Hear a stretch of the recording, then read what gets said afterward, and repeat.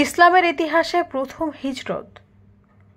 মক্কায় প্রকাশ্যে ইসলাম প্রচার শুরু হওয়ার পর মক্কার মুশরিক নেতারা নবীজি সাল্লাল্লাহু আলাইহি সাল্লাম ও ইসলামী দাওয়াতের শত্রু হয়ে যায়।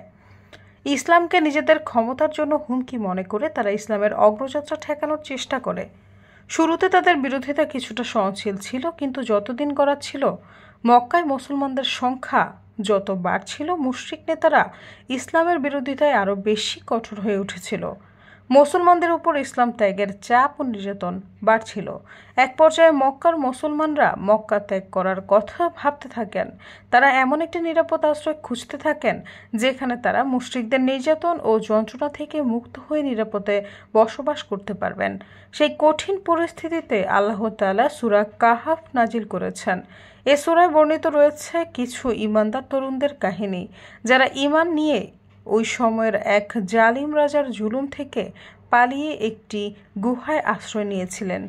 এই কাহিনী ছিল মুমিনদের জন্য সান্ত্বনা এবং তাদের পথ নির্দেশনা যে কোন পথ অবলম্বন করলে তারা সেই দুর্দশা থেকে মুক্তি পেতে পারে। সৈয়দা ফারিয়া, সমযোগ।